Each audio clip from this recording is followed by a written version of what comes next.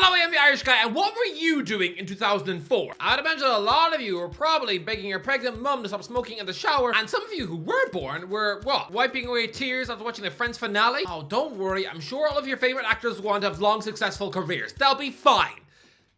Most of them will be fine. But lads, I have been a massive follower of football, and in particular the Premier League, since 2004. And I can remember exactly what I was thinking back then. Now, I didn't have YouTube proof of these predictions, but to me, I knew exactly what I thought of every Premier League club and what I thought would happen to each one. So today, I'm going to go through every Premier League current club and just see how different the last 20 years has been for each one compared to what I actually thought would happen. Right, let's go. Arsenal. When I was a little boy, back in 2004, Arsenal looked absolutely unstoppable. I'm sorry, but they did. This team went through the entire season unbeaten. 0 defeats in 38 matches. Back then, the media talked them up as if they were the London Brazil. Yes, back then I had such a little feeble child brain to such a point where I used to throw chicken nuggets down the toilet to see if they could swim. Yeah, I was that strange, lonely little boy who used to invite spiders to his birthday party. But even still, ask me in 2004 what Arsenal's 20-year future would be, and I promise you, I would have predicted absolute Premier League domination. I was certain they'd have won at least 10 Premier Leagues, surely lifted 2 Champions Leagues, about 9 FA Cups. They would have gone to the next level once they moved into their new spaceship of a ground. They'd have probably shattered the world transfer record for Ronaldinho, who back then was the best player in the world, you know, before he turned into Brazilian captain Jack Sparrow, probably just pouring rum in his morning frosties and gorging on chicken wings in bed. Imagine being told that this all-conquering Arsenal team wouldn't win another league title for 20 years, that their absolute god, Arsene Wenger, would be ungratefully chased out by the club's fans. Arsene Wenger, we want you to go! Trying to imagine any group of Arsenal fans screaming into a microphone about how he was a walking skeleton and a nasty man who deserved the sack. No, it would like trying to imagine a politician weeing on the Queen's coffin. Imagine being told that the Gunners would only contest 1 Champions League final, that they'd be forced to sell Thierry Henry within 3 years, that one day they'd be going 6 consecutive seasons without Champions League football. I wouldn't have believed it. It would have been more believable if you told me that Santa Claus had just been arrested for trying to eat someone's puppy. Aston Villa. Have Aston Villa had that unbelievable at 20 years? No, it sort of adds up. Back in 2004, they finished 6th in the Premier League under manager David O'Leary. I was sure they'd sort of linger around the European qualification spots for a while. I mean, if you told me that their useless bench-warming beanpole striker Peter Crouch would grow up to score over 100 Premier League goals and net more goals for England than David Beckham, I'd look at you as if you just told me that Beauty and the Beast was based on some Egyptian princess having an affair with a dog. Listen, Aston Villa haven't had the most bizarre last 20 years. They mostly hovered around European football for a while, although I don't think I would have foreseen them finishing bottom of the league on 17 points, nor them spending 3 consecutive seasons rotting in the championship. But the most unbelievable part, the part that would have made my eyeballs feel like exploding in my face, the world transfer record back in 2004 was still Real Madrid signing Zinedine Zidane for a monster 50 million quid. Tell anyone back then that little Aston Villa, whose star player Gareth Barry probably at best commanded a £3 million transfer fee, tell anybody that this club would one day be selling an academy graduate for £100 million. And to Manchester City, that rubbish team who back then were rotting 16th in the league, that was twice the world transfer record fee. It would like me telling you that in 18 years, Brighton and Hove Albion will be cashing in on a local lad, letting Nottingham Forest buy him for £400 million. You'd be more likely to believe that the moon was made of cheese. Bournemouth. I'll be honest, I can't remember what I predicted for Bournemouth back in 2004 because I didn't think about Bournemouth in 2004. That tiny little South Coast club popped into my head about as often as intrusive thoughts telling me to drink toilet water for lunch. It never happened. I never thought about Bournemouth. Why would I? They were finishing 9th in League One, the horrible pudding average squad that probably stunk of gone off shepherd's pie. None of their players were superstars who would ever amount to anything right. Well, if someone had told me that their centre-back, Jason Tyndall, someone who looked like Gareth Southgate's evil twin, someone who was probably only paid in sandwiches and a free library card, imagine being told he'd one day be assistant manager to a fellow Bournemouth pal, coaching against AC Milan in the Champions League, would make about as much sense as being told that Britney Spears would one day become a Chinese president. My prediction for Bournemouth, if I was asked back then, would have been, I don't know, 20 years balanced between the 3rd, 4th and 5th divisions of English football. I definitely did not think they'd be able to cram 7 Premier League seasons in. Brentford. There are no words to describe how horrendous Brentford were in 2004. They only survived relegation to League 2 thanks to the Great Escape after March. I mean, just 1 win in 19 league games in League 1. For a small club like Brentford, to my feeble child brain in 2004, I'd have said no chance we'd ever see them match of the day. Just rotting in League 1 and League 2. Tell me that instead they'd crawl into the Premier League and would now be boasting a striker with an £80 million price tag. I'd refuse to believe it. Brighton. Back in 2004, Brighton were being promoted back to the Championship. Fine. I thought it would have been 20 years of that. Maybe one lucky miracle year where they get up to the Prem. I did not see them spending, what, 7 years in it? Finishing in the top 6, beating Ajax home and away in Europe. That was beyond nutty. 2004 was just 9 years after Ajax won the Champions League. So, a bit like now, predicting Stevenage, that high-flying team from League One. The club recently sponsored by Burger King, would one day be polishing off Barcelona home and away in Europe inside the next 20 years? Bizarre. Burnley.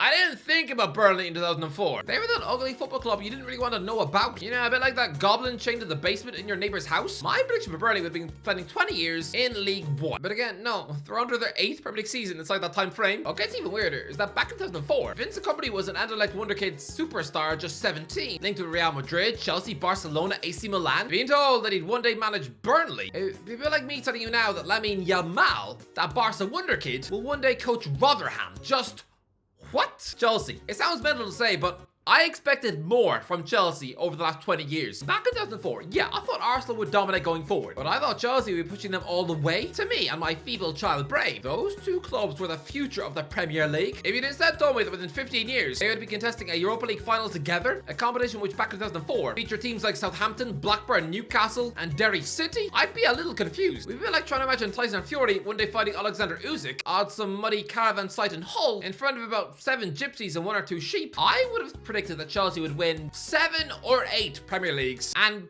4 Champions Leagues. I mean, why not? They were in the semi-finals of that thing just a year after they were bought. Instead, they've only won it twice, only lifted the Premier League 5 times, which is sort of criminal, considering the way Jose Mourinho began his reign. I could have probably predicted back in 2004 that, yeah, both Carlo Ancelotti and Frank Lampard would eventually manage the club. Although, try to imagine Rafa Benitez, Mauricio Sarri, or Graham Potter, who back then was some York City leftover left back, getting loaned to Shrewsbury Town. Imagine being told he'd one day be offered a 5-year deal at Stamford Bridge worth £50 million.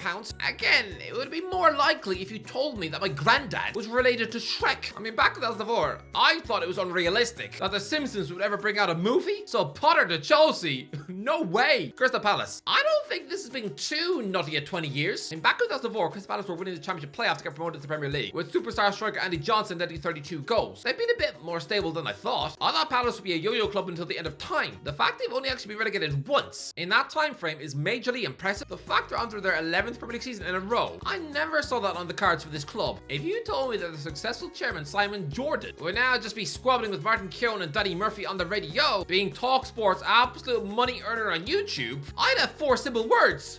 The hell is YouTube? Don't worry, that's gonna be your job too. What? I'm sorry, no. I'm gonna grow up to be a sidekick for Wolverine.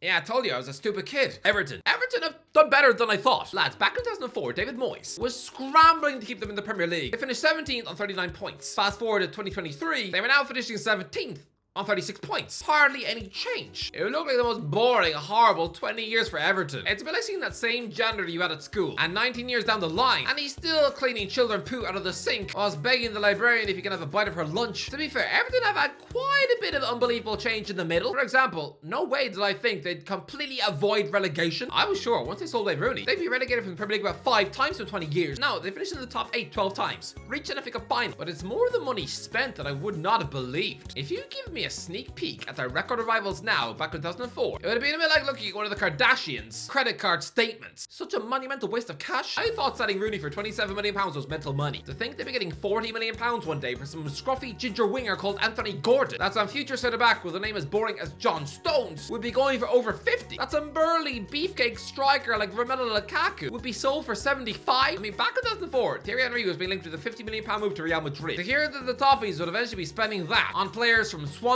and Watford? Weird. Fulham have done exactly what I thought they would do. Back in 2004, they're finishing 9th in the league under Chris Coleman. Well, I think I knew it wouldn't last. My prediction would have been, yeah, solid mid-table club for another 10 years before eventually slipping out of the Prem. That's what happened. Over the last 20 years, Fulham have had 14 Premier League seasons versus 6 in the Championship. That's about right. I mean, they did slightly overachieve by reaching a Europa League final. I probably wouldn't have seen that coming in 2004, but it's not totally insane. Because, I mean, Celtic had reached the final the previous year. Liverpool. Look, if you were told a Liverpool fan back in 2004 what their 20-year future plan would they be happy? 2 Champions Leagues, 2 FA Cups, 2 UEFA Super Cups, 2 Community Shields, 1 Club World Cup, 1 League Cup, and 1 Premier League title. Is that really a good enough haul? What would absolutely break my brain is this. Back in 2004, the Reds finished 4th, 30 points behind the Invincibles. Imagine being told that Liverpool would actually get more points than that great Arsenal team in 3 separate seasons, but would only finish first once. Trying to work out how that is possible. How somebody could have 7 more points than that Invincibles team and still not win the league. It's like trying to decode the world's toughest riddle. My prediction for Liverpool, I didn't see them winning any Champions Leagues. I thought those things were a thing of the past for this club. But like Nottingham Forest and Aston Villa. I mean, you have to understand. I was watching them getting bullied out of the Europa League by Marseille. I thought Michael Owen would stay at the club for life, become their record goal scorer. If you told me that in 20 years time, that this Justin Timberlake lookalike poster boy would now be a chubby goblin who's lucky not to get spat at when he turns up at Anfield, I'd be so very confused. 1 Premier League title in 20 years. You know what? Yeah, to me, that was about right. I thought they'd spend the next 20 years continuously slogging it out with Newcastle for 4th. So yeah,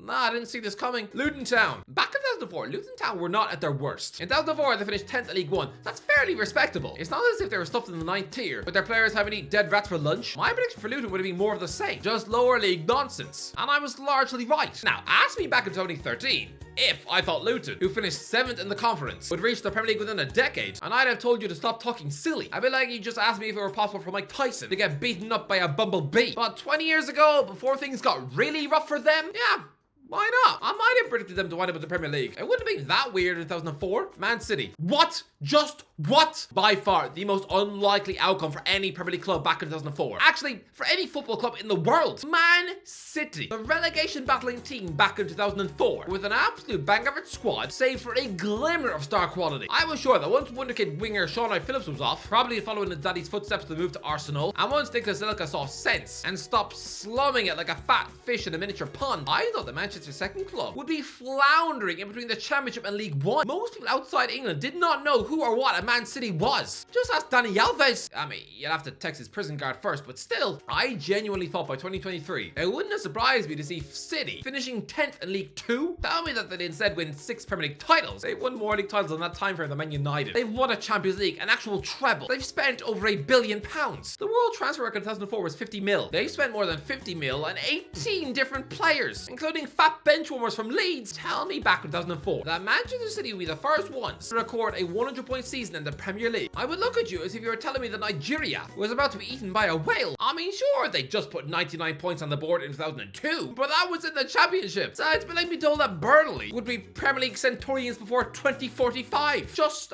what? Now tell me that Man City's third choice goalie would one day become a Premier League champion with Leicester City, and I think I might just have to turn off my brain. Man United. Man United have had a bizarre 20 years. Back in 2004, they were still in the title mix, but they were losing their grip on the Premier League. If you told me back then that they would lift 5 Premier League titles over the next 20 years, I'd have probably shrugged and said, yeah, fair enough. I just thought Arsenal and Chelsea were too strong, and you could see Man United were massively in transition. And I didn't know Sir Alex Ferguson could build another team. I mean, my prediction for their teenage winger Cristiano Ronaldo was similar to what I think of Anthony now, just a frustrating step over show pony. I thought Ronaldo, by the age of 24, would be back in Portugal with Benfica. I mean, he only netted 4 league goals for Man United in that debut 03-04 season. Tell me that he'd grow up to score over 1,000 professional goals, become Real Madrid's record goal scorer, that he'd be the leading international goal scorer of all time with nearly 130 for Portugal, that he'd lift 5 Champions Leagues and 5 Ballon d'Ors. It would be too much to take in. It'd be like someone predicting all that about Alejandro Garnacho now. No, just no. I would refuse to believe that were possible. You'd have a better time trying to convince me that Ben Stiller is actually an alien from space. Lads, it's not the lack of league titles that I would have struggled with for Man United back then. It would be their pitiful record against Man City. Just try and tell me that since 2004, Man United would lose the derby 23 times, and that they would let City stick 6 goals past them on 2 separate occasions. That they'd be absolutely ruined by Alfie Haaland's son. Absolutely not. In 20 years, I'd have predicted maybe 2 Derby Day defeats. And that's only because City would be rotting in the lower leagues. Lads, the big buzz was trying to predict who would succeed Sir Alex Ferguson when he finally left. It was a bit like trying to predict the ending of Lost. Yeah, I thought the entire island was actually just a snow globe living on some wizard's desk. I thought the smoke monster was just an angry gorilla who wanted his mum. Yeah, I was a stupid child, alright? But honestly, the correct answer turned out to be David Moyes, right? I didn't think it'd be Moyes. No, if you'd asked me who to replace Fergie, if you'd asked me that back in 2004, my answer would have been Steve Bruce. Yuck! Newcastle. Back in 2004, I thought Newcastle would compete in European football every single season for the next 20 years.